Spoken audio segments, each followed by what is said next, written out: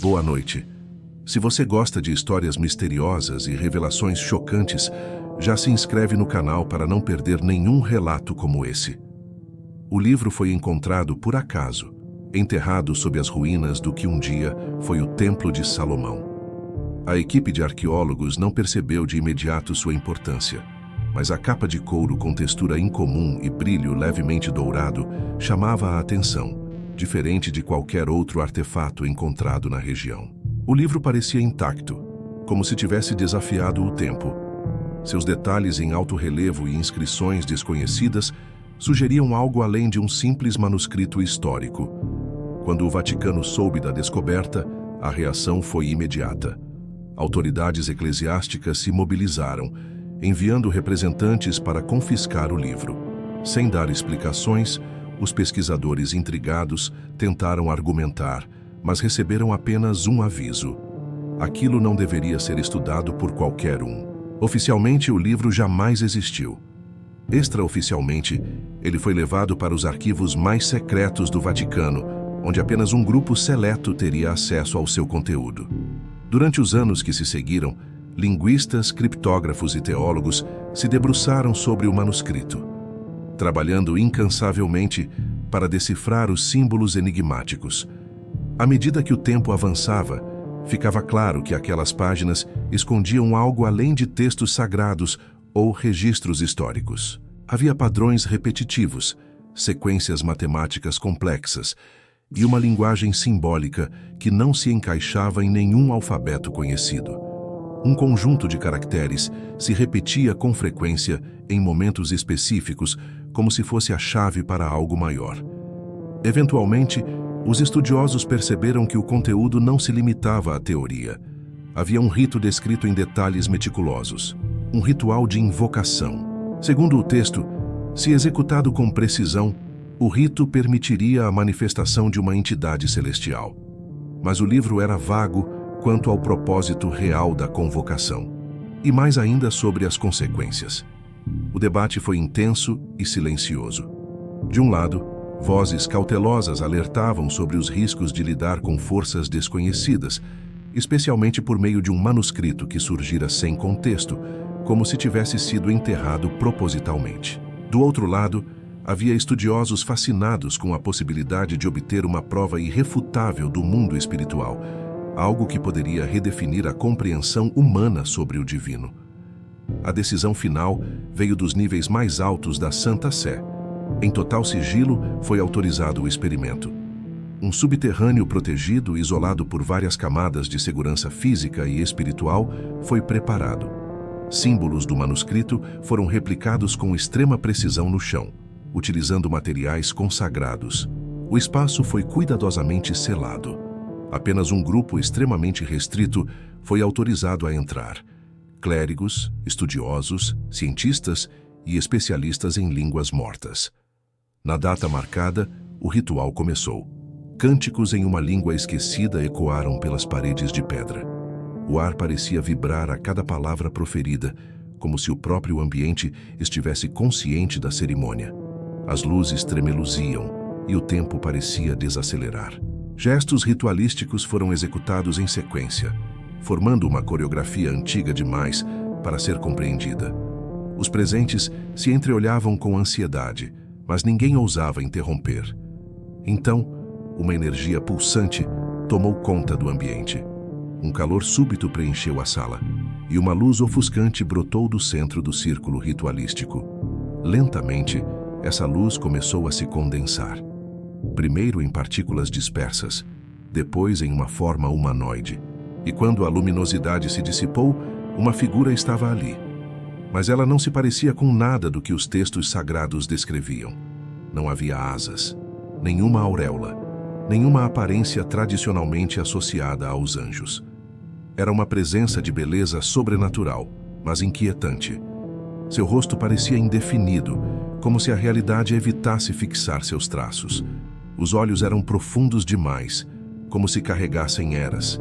Usava um manto cinza, longo e imaculado, que parecia flutuar suavemente mesmo sem vento. A criatura não falava, mas sua presença era avassaladora. Nenhuma palavra foi dita por minutos eternos. Um dos teólogos, tomado por uma mistura de reverência e pavor, se aproximou levemente e com voz hesitante perguntou: "Você nos entende?" A entidade virou lentamente o rosto. Não havia raiva nem gentileza, apenas neutralidade. Seus olhos o analisaram com frieza cirúrgica. Então, um leve movimento com a cabeça.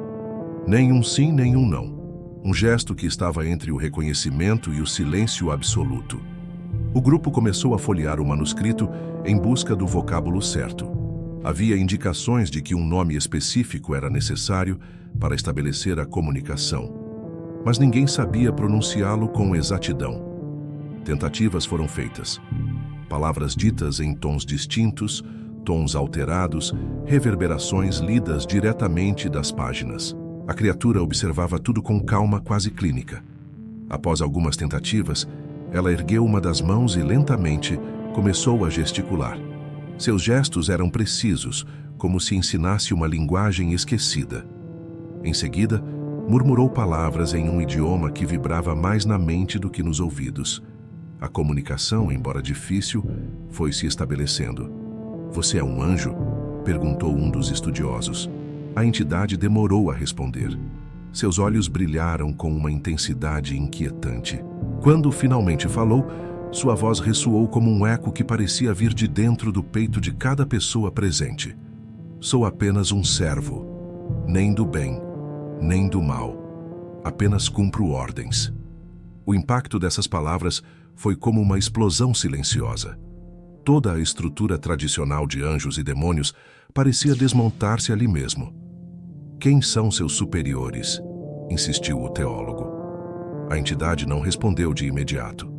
Seu olhar se fixou em um ponto invisível. "O mundo espiritual não é como vocês imaginam. Há níveis, há estruturas. Eu sou apenas uma peça pequena." Um arrepio coletivo percorreu a espinha de todos. A criatura os encarou e completou: "Foi um erro me chamar." Embora sua voz permanecesse serena, algo havia mudado. Sua presença parecia mais densa, mais pesada. "Vocês abriram uma porta que não deveriam. Agora sabem que isso é possível. Mas quem tentar novamente não terá o mesmo resultado." O silêncio tomou conta. Ninguém sabia se aquilo era um aviso simbólico ou uma ameaça real. O teólogo, num último esforço para entender, perguntou: "O que acontece com quem tentar novamente?" A entidade desviou o olhar e disse, sem alterar o tom: "A morte virá." Antes que mais perguntas fossem feitas, seus olhos mudaram. Tornaram-se como buracos no tecido da realidade. "Já estive aqui antes", murmurou. Aquela frase congelou todos. O que significava? Quantas vezes aquilo já havia acontecido? Em que outras épocas? E por quê? A entidade então tocou o próprio peito com uma das mãos. "Meu tempo aqui acabou." Sua forma começou a brilhar novamente, agora de forma mais instável. Os símbolos no chão começaram a desaparecer, queimando lentamente como brasas que se apagam. E em um piscar de olhos, ela se foi. O vazio que permaneceu era mais pesado que sua presença. O grupo permaneceu imóvel. O chão ainda exibia as marcas carbonizadas dos símbolos rituais. Olhavam uns para os outros sem saber o que dizer. O líder da equipe quebrou o silêncio com uma ordem fria e direta: "Isso será documentado, mas jamais divulgado." Todos sabiam que haviam testemunhado algo sem precedentes, mas havia uma sombra pairando sobre aquele evento. A frase dita pela entidade, "Já estive aqui antes", ecoava na mente de todos. O que isso significava para a história da humanidade? Começou então uma busca desesperada por registros antigos, e eles encontraram. Em documentos do século XI, arquivados e esquecidos nas profundezas do Vaticano, havia uma descrição surpreendentemente similar. Uma invocação, uma figura, um manto cinza. Mas o relato terminava abruptamente, com páginas faltando. O responsável pela anotação da época fora excomungado. Nada mais restava. E então começaram os sinais.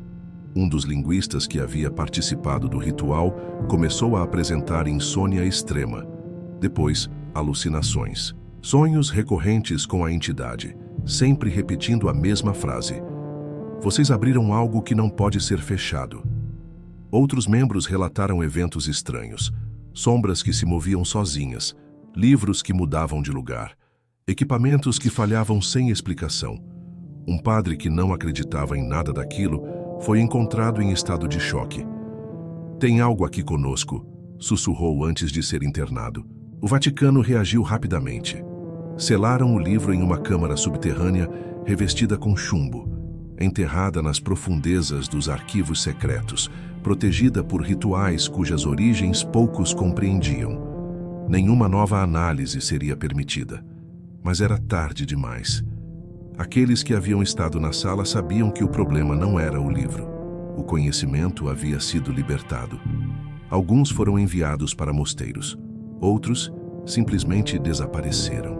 O linguista, anticético, implorava para nunca mais ser exposto ao manuscrito. Precisamos esquecer, repetia. Mas nem todos estavam dispostos a abandonar o mistério. Um dos pesquisadores decidiu continuar. Achava que o livro escondia mais que um ritual. Havia ali uma estrutura completa, como um mapa espiritual. Dias depois, desapareceu. Sem arrombamento, sem vestígios. Apenas uma página do manuscrito sobre a mesa, com um símbolo que jamais havia sido visto antes. Oficialmente o caso foi abafado. Mas entre os poucos sobreviventes, uma ideia crescia. E se o ritual não fosse um chamado, mas uma resposta? E se a entidade não tivesse sido invocada, mas atendida? Algo, ou alguém, do outro lado já esperava por esse contato. Talvez incentivasse esse contato. Talvez tivesse plantado aquele livro. Nos últimos registros, um manuscrito escrito à mão pelo próprio linguista foi entregue a um círculo de guardiões secretos. Nele, uma única advertência no final. Se este livro for encontrado novamente, queime-o. Não tente lê-lo, não tente entendê-lo e, acima de tudo, jamais tente usá-lo. Hoje, ninguém sabe ao certo onde o livro está. Talvez ainda esteja lacrado sob toneladas de pedra no Vaticano. Ou talvez tenha caído em mãos erradas. Mas uma coisa é certa: algumas portas, uma vez abertas, não podem mais ser fechadas. E algumas perguntas, uma vez feitas, não têm volta.